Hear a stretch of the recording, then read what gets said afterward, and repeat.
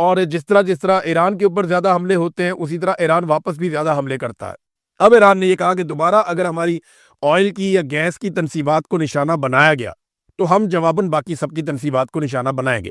یہ ایران کیوں کر رہا ہے؟ کیونکہ سعودی عرب دیکھیں یہ کہتا ہے کہ ہماری سرزمین سے کوئی حملہ نہیں ہو رہا۔ یہی بات جو ہے وہ باقی ممالک بھی کہہ رہے ہیں کہ ہماری سرزمین سے اٹیک نہیں ہو رہا، لیکن ان ملکوں کے اندر امریکن اڈے موجود ہیں اور امریکنز نے ان کو استعمال کیا ہے ایران کے خلاف لڑائی میں، جبکہ اسرائیل جو ہے وہ جتنے بھی حملے کرتا ہے وہ انہی ممالک کی فضائی حدود استعمال کر کے کرتا ہے۔ ایسا نہیں ہو سکتا کہ اسرائیل جو ہے وہ بہت گھوم پھر کے پوری دنیا کا چکر لگا کے آئے، وہ انہی ممالک کے اوپر سے آتا ہے۔ یعنی امریکی طیارے جو یو کے کی فضائی حدود سے اڑ کے جاتے ہیں لڑنے کے لیے، یورپین ممالک انہیں اپنی فضائی حدود نہیں دے رہے۔ جو یو کے سے امریکی طیارے جیٹ طیارے لڑنے کے لیے آتے ہیں یا حملہ کرنے کے لیے آتے ہیں، انہیں یورپی ممالک اپنی ایئر سپیس تو نہیں دے رہے، نہ سوئٹزرلینڈ نے دی ہے نہ باقی ممالک دے رہے ہیں۔ اسپین ویسے ہی بہت خلاف ہو گیا ہے اور فرانس نے بھی جنگ میں شامل نہ ہونے کا فیصلہ کیا ہے۔ تو جو امریکی جیٹ طیارے ہیں وہ ایک بہت لمبا چکر لگاتے ہیں سمندر میں، اور اس کے بعد وہ پھر گزرتے ہیں اٹلی، اسپین کے پاس سے پھر آگے اٹلی آ جاتا ہے، پھر یونان آ جاتا ہے۔ اس ایریا میں وہ اپنی ری فیولنگ کرتے ہیں جو ہوا میں ہو جاتی ہے۔ ری فیولنگ کے بعد وہ پھر جو میڈیٹرینین سی ہے وہاں سے داخل ہو جاتے ہیں اسرائیل کی حدود میں، اسرائیل سے آگے اردن، سعودی عرب اور پھر عراق۔ اس کے بعد وہ جا کر اٹیک کرتے ہیں ایران کے اوپر۔ تو سعودی عرب کی اور عراق کی اور اردن کی، ان ممالک کی جو فضائی حدود ہے اور اسرائیل کی، یہ استعمال ہوتی ہیں جب بھی ایران کے اوپر اٹیک کرنا ہوتا ہے، اور یہ امریکہ استعمال کر رہا ہے۔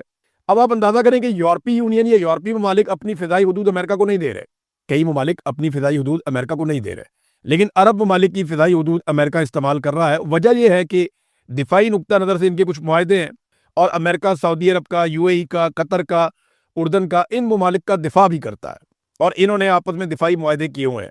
بہرحال اس حملے کے بعد یا یہ جو حملے ہوئے ہیں اس کے بعد کافی کشیدگی ہے، اور ایرانی وزیر خارجہ نے فوری طور پہ رابطے بھی کیے۔ حملہ کرنے کے بعد انہوں نے ترکی سے رابطہ کیا، سعودی عرب کے وزیر خارجہ سے رابطہ کیا، مصری وزیر خارجہ سے رابطہ کیا، اور پاکستانی وزیر خارجہ سے بھی ان کی ٹیلی فونک بات ہوئی ہے۔ اور سعودی عرب نے فوری طور پہ ایک میٹنگ بلائی ان حملوں کے بعد کہ اب کرنا کیا ہے۔ ترکی کے وزیر خارجہ تھے اس میٹنگ میں، سعودی عرب کے وزیر خارجہ تھے، مصری وزیر خارجہ تھے، اور انہوں نے ٹیلی فونک رابطے بھی کیے ہیں مختلف ممالک کے وزرائے خارجہ کے ساتھ۔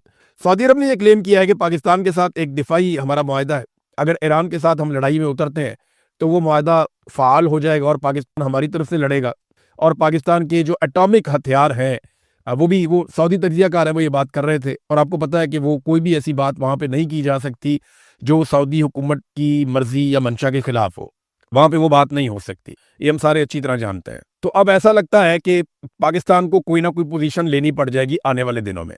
لیکن ایک انٹرسٹنگ چیز میں آپ کو اس میں بتاتا ہوں، وہ یہ ہے کہ ایرانی وزیر خارجہ نے، آپ نے دیکھا ہوگا ایک دو دن پہلے ایک خیر سگالی ٹویٹ کیا تھا پاکستان کے بارے میں، اور پاکستان کا شکریہ ادا کیا تھا۔ پاکستان کی جانب سے کسی ہائی آفیشل نے، کسی بڑے آفیشل نے اس ٹویٹ کے اوپر جواب نہیں دیا۔ یعنی نارملی تو یہ ہوتا ہے نا، جب آپ کی تعریف کوئی کرے تو پھر آپ جواب دیتے ہیں۔ وزیر خارجہ اس کے اوپر جواب دے سکتے تھے، وزیر اطلاعات اس کے اوپر جواب دے سکتے تھے، لیکن میں نے دیکھا نہیں، یا میری نظر سے نہیں گزرا۔ کسی کی نظر سے گزرا ہو تو وہ بتا دے، لیکن بظاہر ایسا کچھ دکھائی نہیں دیا۔ پاکستان کی حکومت نے کوئی گرم جوشی نہیں دکھائی۔ جب ایران نے پاکستان کا شکریہ ادا کیا تو پاکستان کی جانب سے کوئی گرم جوشی دکھائی نہیں گئی۔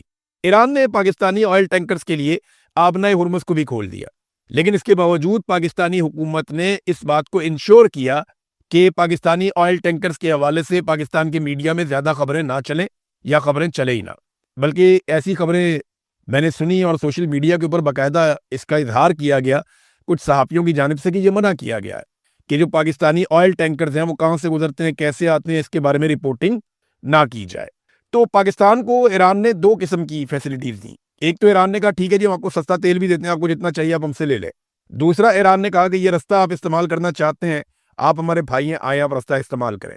تیسرا، ایران نے پاکستان کا شکریہ بھی ادا کیا کہ پاکستان کا کردار انتہائی قابل تعریف ہے اور پاکستان کا بہت شکریہ، یہ بھی ایران نے کہا۔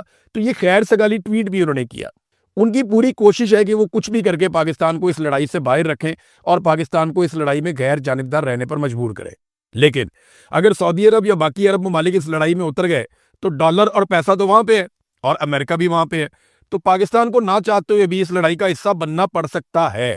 ابھی کچھ کنفرم آپ کر نہیں سکتے، لیکن اخلاقی نقطہ نظر سے پاکستان کو اس لڑائی سے باہر رکھنے کے لیے کوشش انہوں نے کی ہے ایران نے۔ دیکھیے اگر پاکستانی اس لڑائی میں اتر جاتے ہیں تو کیا ہوگا، بڑا سخت رد عمل آئے گا پاکستان کے اندر، نہ صرف فورسز کے اندر، اداروں کے اندر، حکومت کے اندر، بلکہ عوامی سطح پہ بڑا سخت رد عمل آئے گا۔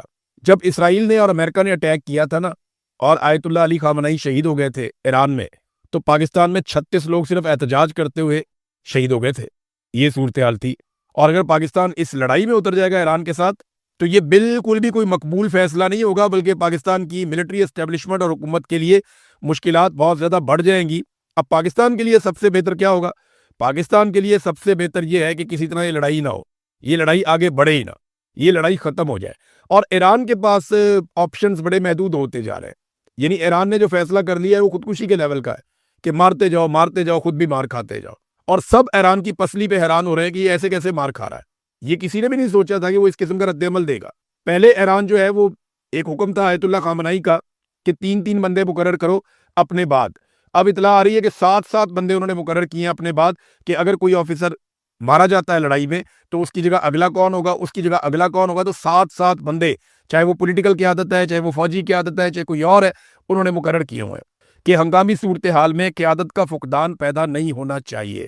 پینٹاگون نے ناظرین نے $200 ارب مزید مانگ لیے ہیں ایران کے خلاف جو اس وقت آپریشن جاری ہے اسے مکمل کرنے کے لیے $200 ارب مزید مانگے ہیں پینٹاگون نے امریکی حکومت سے، اور یہ واشنگٹن پوسٹ کی رپورٹ ہے۔ اب اگر $200 اور ملیں گے تو یہ جنگ تو پھر آگے سے آگے جائے گی نا، کیونکہ اب جنگ کے اندر پیسہ انوالو ہو گیا ہے۔ اور ایک اور خبر ہے، یہ امریکہ میں ڈائریکٹر امریکی نیشنل انٹیلیجنس تلسی گبارڈ، ان کا ایک سٹیٹمنٹ ہے جو بڑا مقبول ہو رہا ہے۔ انہوں نے کہا کہ پاکستان، روس، چین، شمالی کوریا اور ایران ایٹمی ہتھیار لے جانے والے جدید میزائل سسٹم کی تیاری میں مصروف ہے۔ یہ میزائل امریکہ تک پہنچ سکتے ہیں، یعنی ہم خطرے میں۔ اندازہ کریں کہ امریکہ کے صدر کا favourite field marshal Asim Munir, سب سے پیارا وزیر اعظم جس کے ساتھ وہ کھیلتے بھی ہیں، کھڑے ہو جاؤ، بیٹھ جاؤ، سلوٹ کر کے دکھاؤ، ادھر آؤ بول کے دکھاؤ، تو وہ کتنا پیار کرتے ہیں شہباز شریف سے، بالکل ایک ایسا جیسے کوئی بچہ اپنے کھلونے سے پیار کرتا ہے۔ تو وہ اتنا پیار کرنے کے باوجود وہ اب بھی پاکستان کو اپنے لیے خطرہ سمجھتے ہیں، اور ان کی باقاعدہ ڈائریکٹر امریکی نیشنل انٹیلیجنس تلسی گبارڈ کا یہ سٹیٹمنٹ ہے، اور ان کے آس پاس دونوں جانب جو ہے یونیفارمڈ ان کے آفیسر جنرلز بیٹھے ہوئے ہیں۔ وہ کہہ رہی ہے پاکستان، روس، چین، شمالی کوریا اور ایران ایٹمی ہتھیار لے جانے والے جدید میزائل سسٹم کی تیاری میں مصروف ہے۔ یہ پاکستان کے اوپر براہ راست ایک الزام ہے کہ پاکستان ایسے میزائل بنا رہا ہے جو امریکہ کو جا کر ہٹ کر سکتے ہیں۔ بھئی پاکستان نے تو ابھی تک وہ میزائل نہیں بنائے جو یہاں سے یورپ تک چلے جائیں، تو امریکہ تک کیسے چلے جائیں گے؟ باقاعدہ مشرف دور کے اندر اس بات کا بندوبست کیا گیا تھا کہ پاکستان اپنے میزائلوں کی رینج کم رکھے، اتنی کم رکھے کہ وہ میزائل اسرائیل تک بھی نہ پہنچے۔ یہ باقاعدہ بندوبست کیا گیا تھا، اور پاکستان کو کہا گیا تھا آپ کی لڑائی صرف انڈیا کے ساتھ ہے، آپ اس معاملے کو دیکھیں، آپ زیادہ دور لے کر نہ جائیں، آپ کو زیادہ رینج والے میزائل نہیں بنانے چاہیے، ورنہ آپ کے اوپر پابندیاں لگ جائیں گی۔ پاکستان نے بہت ساری پابندیاں ماضی میں دیکھی بھی ہیں۔ بہرحال یہ امریکہ کی ابھی تک پاکستان کے اوپر اعتبار کی صورتحال ہے۔ ناظرین، امریکی جو نیشنل انٹیلیجنس کی یہی ٹیم جس کی میں ابھی بات کر رہا تھا، آپ نے دیکھا بھی انہیں ابھی، انہوں نے ایک اور سٹیٹمنٹ دیا ہے۔ انہوں نے کہا جی پچھلے سال جب ان سے پوچھا گیا تو انہوں نے بتایا کہ پچھلے سال جب ایران کے اوپر اٹیک کیا گیا تھا اور یہ دعویٰ کیا گیا تھا امریکہ کی جانب سے کہ یورینیم کی تیاری کے لیے، ایٹمی صلاحیت حاصل کرنے کے لیے ایران کی جو صلاحیت تھی یا فیسلٹی تھی ان کو تباہ کر دیا گیا، اور اب ایران ایسا نہیں کر سکے گا۔